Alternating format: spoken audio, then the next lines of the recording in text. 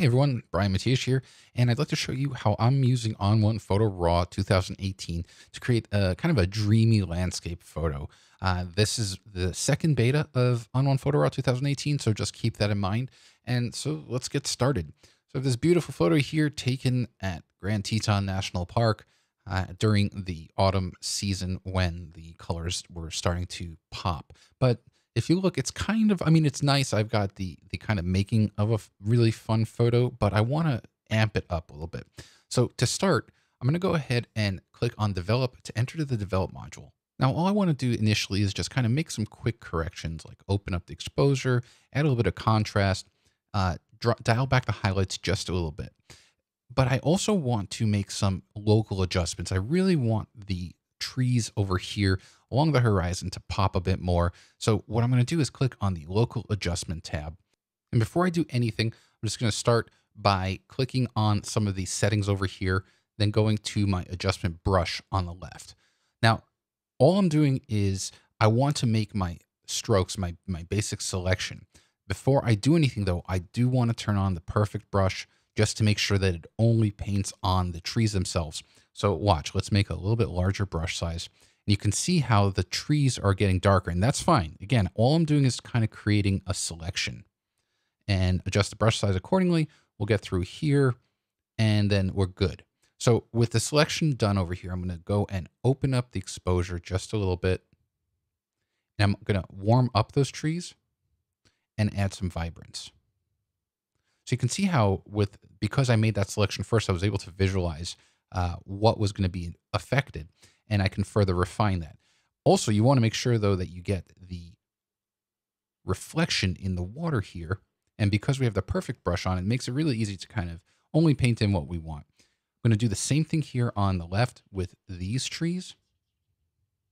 And you can start to see now, just if we do a preview, how we're making those trees pop really nicely. So once we have our selections done, everything's looking good here.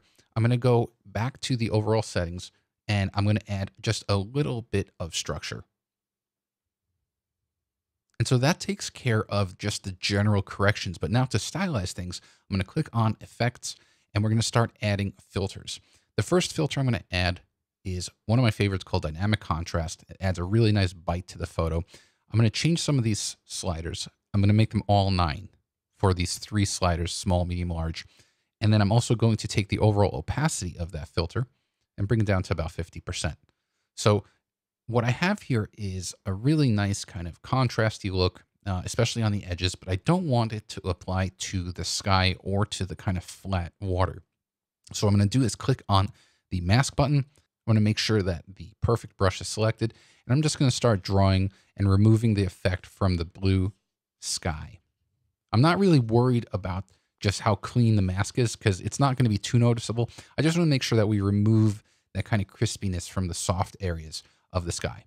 And you can see the preview of the mask in that little thumbnail over there. Of course, you can also click on the mask preview over here, which it looks like a pretty cool mask. Now I'm going to click add filter. I'm going to select sunshine.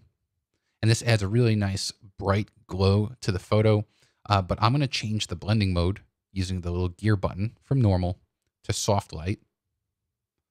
And I'm going to drop the opacity of that. I'll start at 0 and I'll reintroduce it slowly. About 30% looks good. But I don't like the way the mountain is getting a bit too bright. So same thing as before, masking brush, perfect brush is on, and I'm just going to remove the effect from this part of the mountain. Now I'm going to go ahead, add one more filter. We'll go with glow. I'm going to select normal, and then I'm going to bring that down to maybe about 20%. And I'm going to change the blending mode here as well from normal to multiply. You can see how that adds a really nice contrasty boost, but I don't like the way it's really darkening this foreground here. So I'm going to go to the shadow slider and I'm going to bring that up, which will start removing that effect. I'm also going to go to the masking brush over here and I'm going to start drawing with a lower opacity of about 50%. I'm going to remove that glow from the foreground here. And also kind of from the reflections because it's getting a bit too dark for me. All right, but otherwise now we have a really nice punchy landscape. Colors are vibrant. If we look from where we started, kind of a flat looking photo, really brought out some of those details and just looks really, really nice. And these are just some of the ways you can use ON1 Photo RAW 2018 to really enhance the look of your photos. Thanks a lot.